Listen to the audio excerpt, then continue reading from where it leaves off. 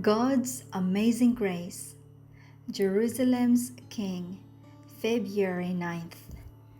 Beautiful for situation, the joy of the whole earth is Mount Zion, on the sides of the north, the city of the great King.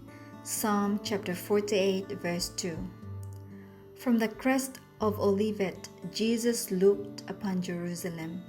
Fair and peaceful was the scene spread out before him.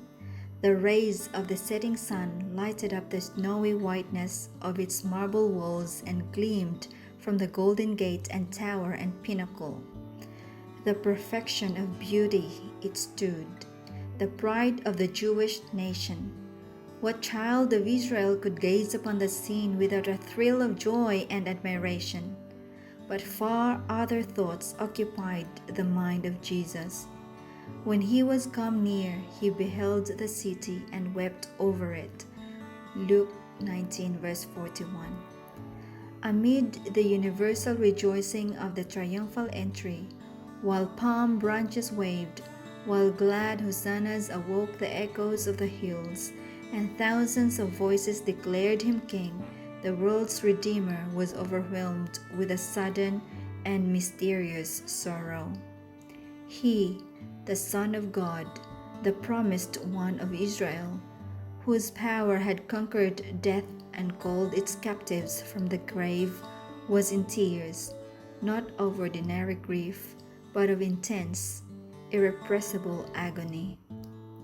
His tears were not for himself. He wept for the doomed thousands of Jerusalem, because of the blindness and impenitence of those he came to bless and to save.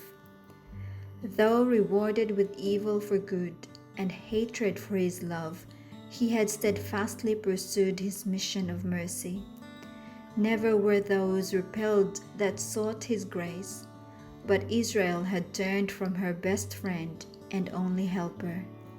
The pleadings of his love had been despised, his counsels spurned, his warnings ridiculed.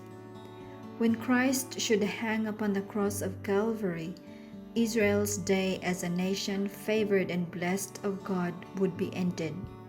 As Christ looked upon Jerusalem, the doom of a whole city, a whole nation was before him.